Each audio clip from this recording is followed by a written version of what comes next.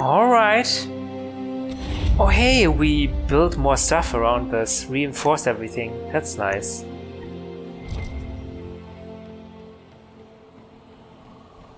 Can I live here? Soldier's note. Some people say Avar gods bless the Hackonites' weapons. Given our run-ins with them, I say the Hackonites see it that way. Keep to your patrol, stay focused, and remember to report in as scheduled. If we get hold of any of their blades, we'll want Grundon or Kiev to take a look. They know magic. Lieutenant Farrell.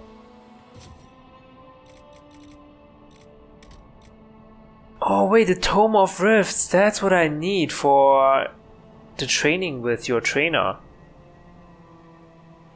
3 Veneratory Tome, 1 Way of the Rift Mage. Okay.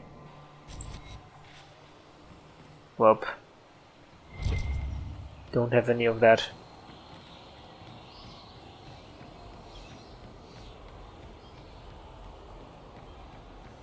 You can even craft armor here.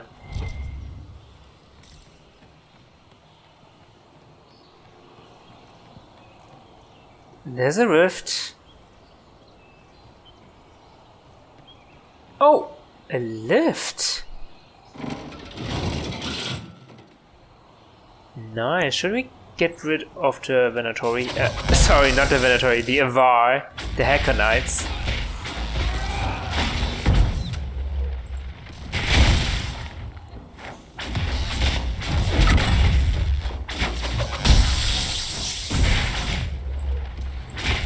Oh god.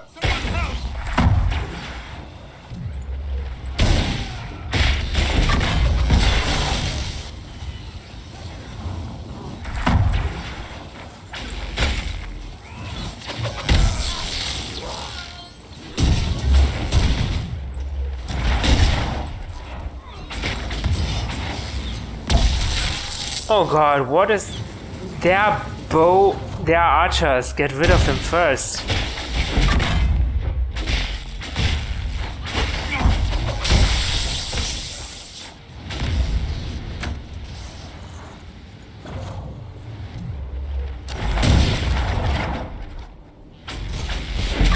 Come on, some... Hey, target the stupid archer, please. Moanon. Manon. Target the archer. Target the archer! Ouch. Holy crap, I'm out of potions again. What happened?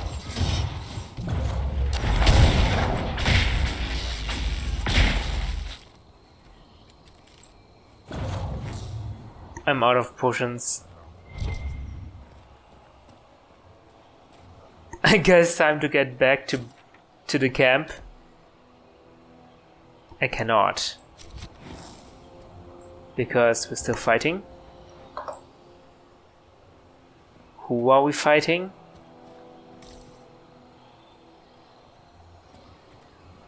Everyone, it's okay. Hey, this is very convenient, a lift. Why are we fighting? Let's rest, people.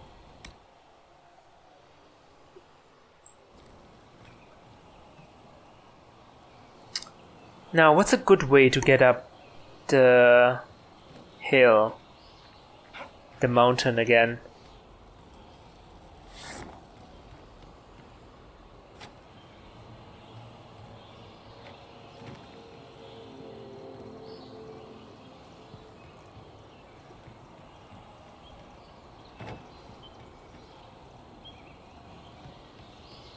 This is the only lift we have, right?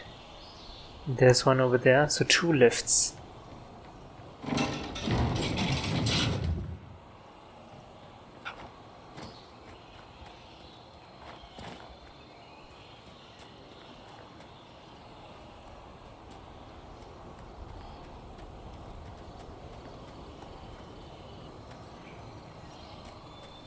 Okay, I hope this path leads somewhere.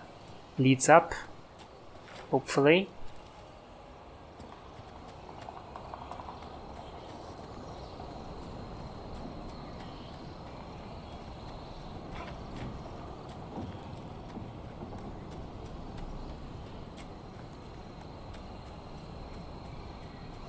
Oh!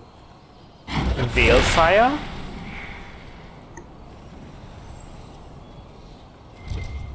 Do we have anything here? Maybe in the ruins.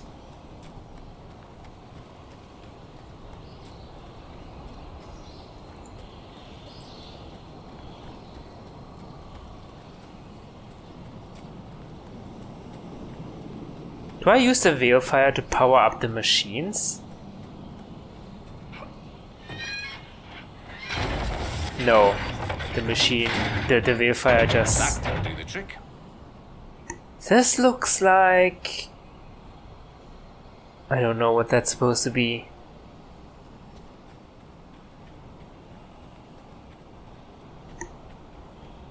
Oh.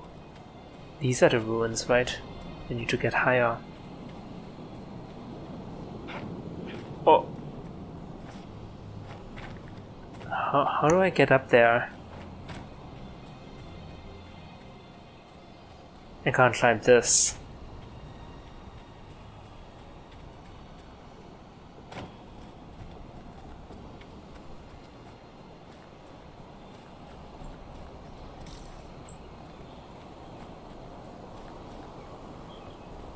Okay. Do I need to follow this path? It almost looks like there's a path here.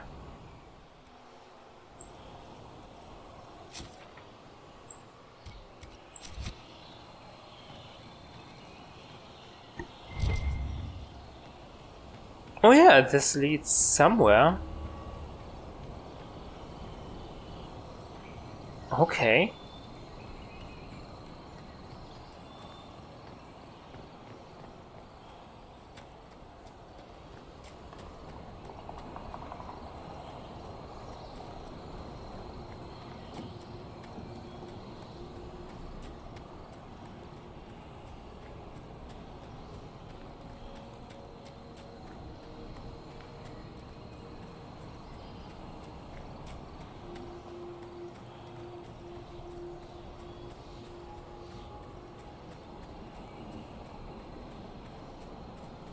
Wow.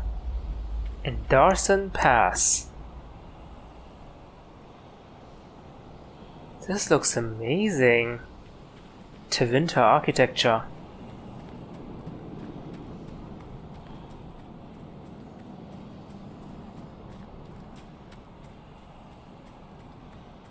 The ancient Imperium did like to leave a mark. I wonder how long they stayed. This must be the place Kenrick's assistant was trying to reach.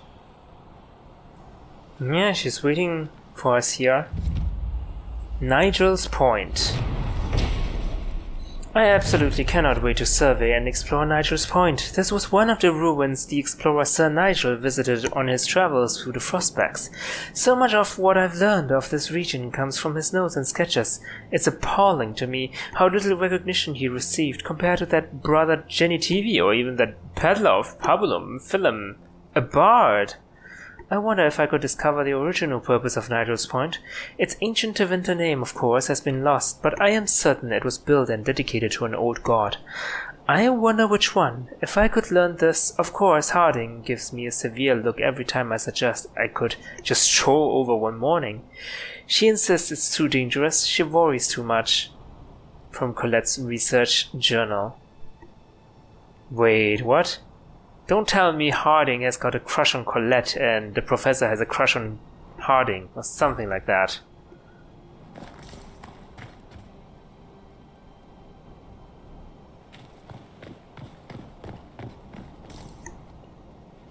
Colette?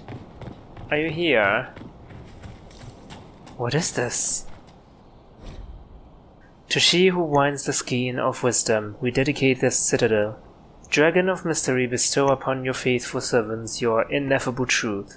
Grant us eyes to pierce the darkness and souls to bear the wounds of your labyrinth. Dorian, does this mean anything to you? Barely legible to winter writing.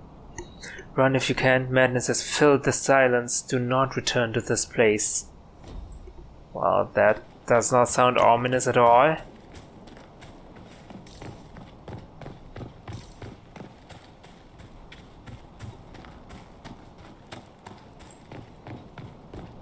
But I guess this is like the old Imperium where the old gods still were worshipped instead of Chantry gods. Chantry god.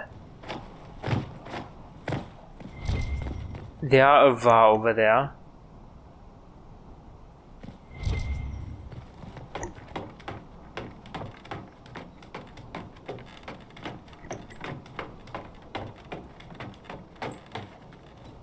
Oh, there's just something to loot. Where's Colette?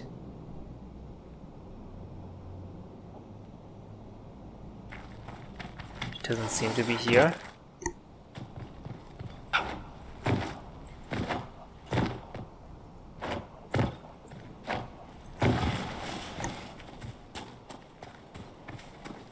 Is she downstairs?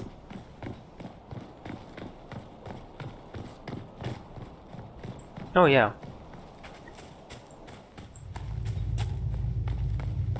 Oh. Inquisitor, you may want to see this. Tevinter statue of lovers? 2 lovers?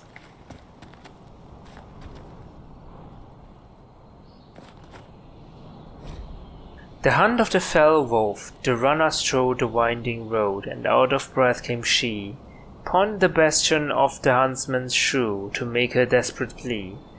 A Meridan in dragon hide, heron clad in blessed steel, came forth to hear the tidings brought with so much breathless zeal.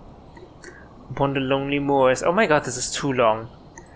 Colette, can you summarize this for me, please? Inquisitor, I was going to send word. I found something. This inscription, almost completely faded, but 2 stood.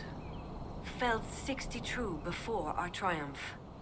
A breath in the hunt, and let rest the lowlanders, worthy of the lady's care.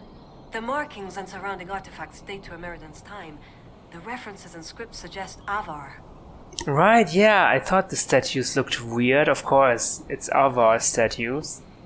Go on. What's your theory? I need to complete a full survey and have Professor Kenrick evaluate the site himself. But this may be a tribute to Heron and Orina, Inquisitor Meridan's companions. Alright. Why would the Avar care about them? Tell me about Orina. What can you tell me about Orina? Orina was an alchemist in Orzammar. It's said she met Meridan while dealing with a demon, but it's not known why Meridan was there. Demons aren't common in the deep roads, but they were a problem for the Inquisition at the time. Orina knew she could help, so she joined Meridan. Was she exiled? If she left Orzammar, that would make her a surfacer. She turned her back on the stone, though it's said she had few regrets. Some claim she was actually from one of Orzammar's noble families, but who can say? She never used her last name on the surface, and once exiled, the family likely struck her name from personal documents. Professor Kenrick petitioned Orzammar's Shaperate to grant access to their records, but the request was turned down. Maybe we can do something there. I mean, if we defeat the Darkspawn Horde, maybe they can grant us access. Tell me about Heron. What do you know about Heron? When the Templar Order was first formed, Sir Heron was among its members. He's arguably the most famous of the original Templars, though he was never one of their leaders. He's better known as one of Inquisitor Meridan's confidants. They'd known each other since youth. Friends then. So they were close. Friends. When Ameridan was made Inquisitor, Heron's position in his inner circle was assumed. A few ballads about them survive. The type with adventures and happy endings. I don't know if they're true. They remind me of my brothers, though. Okay. Maybe they were lovers. Not likely. How do you know it's them? What makes you think the inscription refers to Heron and Arina? It's only a theory, but the age of the markings and surrounding artifacts match the timeline we've established for Ameridan. I found glass fragments in the clay, several with slight veins of discoloration. Blue. Like Templar artifacts. Templars? The Templars were a new order in Ameridan's time. Given their small numbers then, few would be found outside the Chauncey's reach. It's unusual to find one deep in uncharted territory, unless he traveled here for a purpose, as Heron would have. What about Ameridan himself? Did you find any clues about him? You don't think the inscription could refer to Ameridan himself? It's possible, but Ameridan would have been recognized as a leader, which the inscription might have noted out of respect. And a breath in the hunt? Why note that your hunt continues unless your remaining prey was someone important? That makes sense. What happened here? What happened here? An encounter with ancient Avar, and not a friendly one. Ameridan and his companions were outnumbered in an unfamiliar place.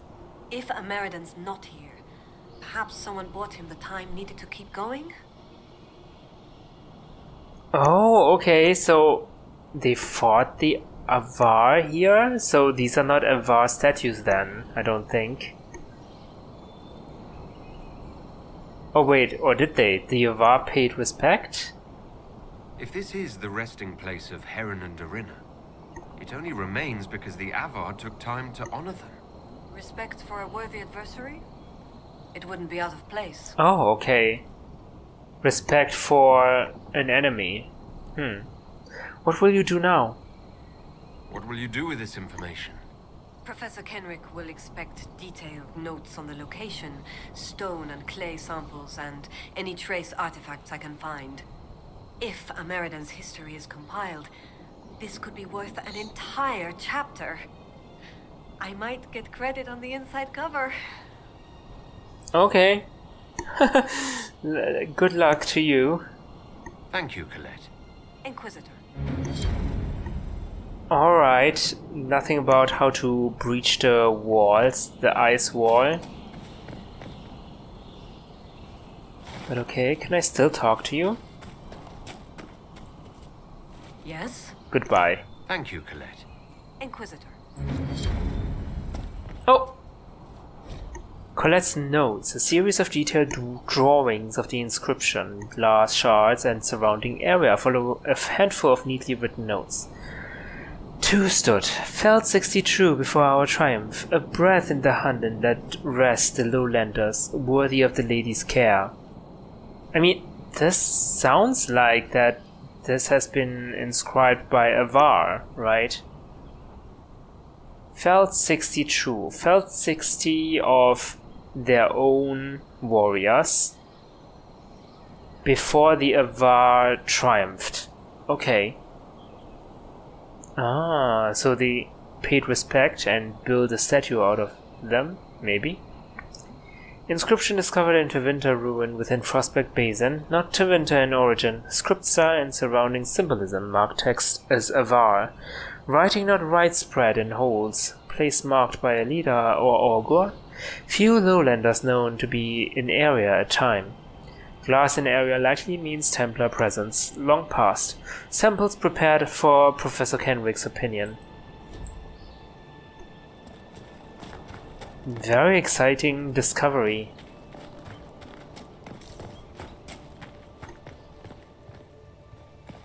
Anything here? Oh yeah.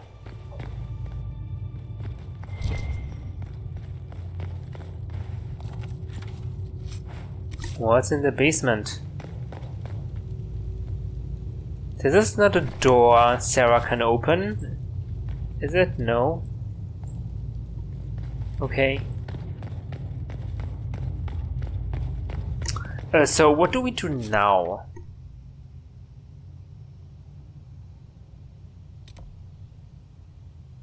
A mysterious island in Frostback Basin.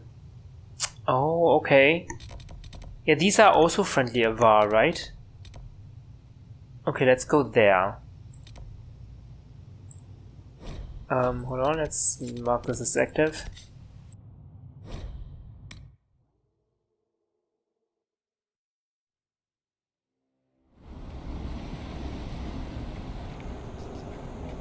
But first, let's read some Codex Entries.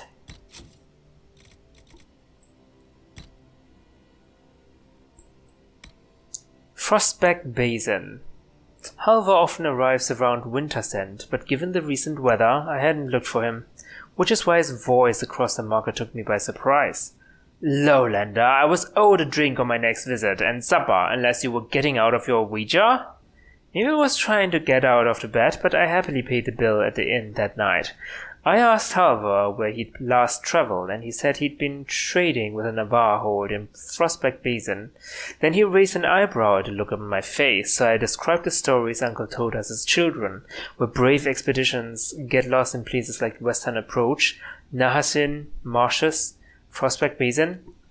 He laughed and admitted it could be a cruel place. He described thick forests and darkened swamps. His rule for traveling there seemed to boil down to be wary and alert, because everything can kill you.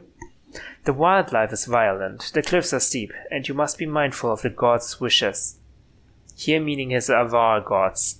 Of course, the hunting's good, the trade fair, and the Avar hold impressive. But do people really disappear in the forest? I asked. Few lowlanders came through, not sure how many leave after. The last was a joke, but I won't be visiting that hold anytime soon. Scout Harding. Forward camp has been established in the Ferelden hinterlands, and suitable locations for other outposts have been identified. Progress into the area proceeded ahead of projected schedules thanks to a local volunteer. For further details, read on. Slater was ambushed and overwhelmed by bandits and might have died if not for the timely intervention of Lace Harding, who rescued Slater with 2 well-aimed stones from a sling. Her family Mabari ran off the remaining 3 bandits. Harding and Contessa, the Mabari, escorted Slater back to the forward camp, followed at a distance by the small herd of ambling sheep. Once there, she requested a map, which she proceeded to fill out with helpful details, most notably known bandits, hideouts, and ambush points. Map completed, Lace Harding took her sheep and returned home. We did not expect her to return the next morning, now outfitted with a small bow and leather jerkin, and absent 1 hound and a herd of sheep. Maps are all right, but nothing beats a guide, she said. That was a week ago. She's still here. I took the liberty of offering her a position as a scout. Yours, Charter. That's nice. Storvaka. She is the hold beast of Stone Bearhold. All other bears in the area are mere imitations. Storvaka. How do I even begin to explain her? Storvaka is flawless. She has 2 ancient elven trees for claws sharpening, and a silver honey dish. I hear that her claws are valued in Denerim at 10,000 sovereigns. I hear that she sells her shed fur to Olesian master weavers in Valgoyo. Her favorite story is Hard in Hightown. What? One time she met Alistair Therin, fabled warrior of the 5th Blight, and he told her she was pretty. One time she clawed me in the face. It was amazing. Okay, is this some Varric propaganda? Did you write this? No, it was Reginald de Gorge, whoever that was. Darkspawn Emissary. What I remember most is its tongue flapping against a row of spiky teeth. I'd heard emissaries possessed the ability to speak, but the words were unnatural. They twisted and lurched as they left the creature's mouth, accompanied with a spray of saliva. Have you ever experienced living flesh ground between your teeth? Oh, experience living flesh ground between your teeth, it asked Myla before biting through her throat. My ankle was broken from the battle, but I dragged myself away.